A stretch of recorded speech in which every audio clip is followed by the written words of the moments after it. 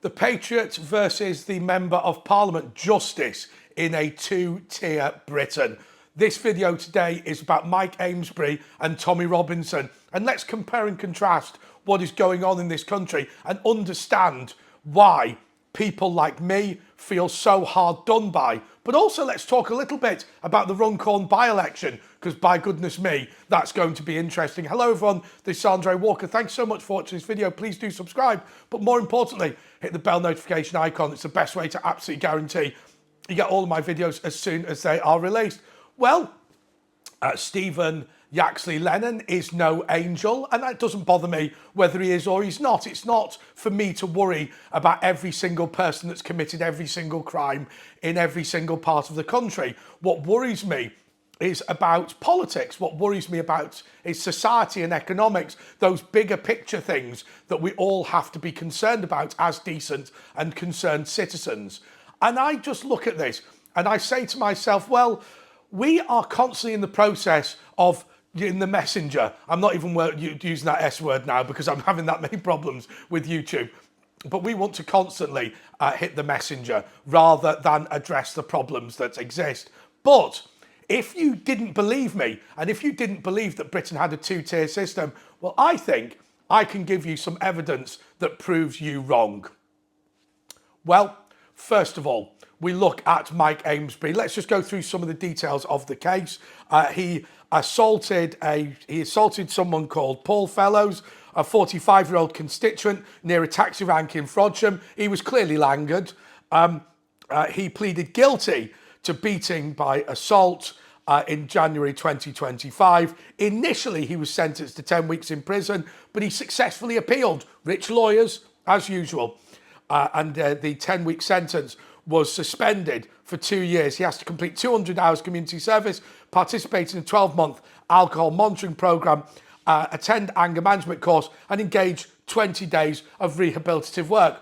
Of course, he also gets paid for the full period. I bet you a tenner that what he did was he went into the court, or rather his lawyers did, and said, Mr. Amesbury is very sorry. Also, he represents the people of Runcorn and Helsby. He needs to be out of prison to do all the great work that he's doing in Parliament. I will tell you, I used to work in the House of Commons, as I've mentioned on many times in the past, and you used to get, we used to walk past the Strangers Bar, or we used to call it the Kremlin, every night, and all the old lags would all be there on the lash.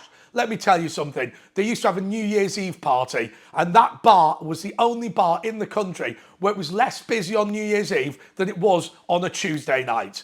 They were all on the lash, and they'd go back to their constituents going, I'm fighting for you. Actually, what they were doing was having steak dinners and getting lashed all day. I guarantee you. And then it'd go, the bell would go ding, ding, ding, ding, ding, and they'd go, vote yes or vote no, depending on what was on their phone. So, Mike Amesbury is somebody who's been basically let off for the crime that he committed. Is having a fight with somebody in a taxi rank the most serious thing in the world? No, it isn't. But I would suggest to you that he's in a place of responsibility. Then you compare that to Tommy Robinson. The crackdown continues, doesn't it? Food being reduced. I mean, can you imagine that? It's almost like I was watching Escape from Sobibor the other day. You know, the idea of food being reduced, food rations being reduced, just feels medieval. It feels like the Soviet Union gulags. It feels like the concentration camps of Poland during the Second World War. It just feels like all of those things, but reduced rations, not allowed to see family. Hey, remember the right to family life. What about the guy who SA'd his own children and then he sued the British government to say he couldn't be deported because of his right to family life under the Human Rights Act? What a despicable situation to be in. So we have one person who's an MP who's beaten somebody up, who gets continued to pay, who's continued to be paid, who then escapes prison, and somebody else who showed a video, which by the way was blatantly true, all of it. And he is somebody who goes to prison, gets his rations reduced, gets mistreated, not allowed to respond to friends and family, emails held back by him. I thought JD Vance was absolutely right when he started criticising Britain for having a problem with free speech. By the way, I think Donald Trump has been phenomenal in this term. I think he was much better than the last term. I think they did him a favour by stopping him winning last time, by whatever means that was. But this time he's absolutely on fire. But JD Vance is the breakout star, even better. And I hope that let's organise something in Windsor for that state visit of Donald Trump. Let's have a party and do something. I'm looking forward to it. I'll book something so we can all go down and have a bit of fun. Anyhow, what does this say about our country? Well, I think it says something really important, which is this. We no longer have an independent judiciary. Officially, it's more independent than it used to be in the past. But actually, I hadn't realised, towards the end of his premiership, Gordon Brown brought in new law, which meant that the Lord Chancellor would no longer pick judges. What would happen is there would be a judges' appointment panel. That means that judges appoint themselves. They're a self-selecting oligarchy, to call it technically what it is in political science. And that means that all of these lefty judges now are able to self-perpetuate with more and more lefty judges. That means that what happens is what we saw with Amesbury versus Robinson, which is that in the case of a Labour MP, a good old boy from the trade unions, a big porker who likes a drink and likes a fight at the end of the night and all that, no problem with him.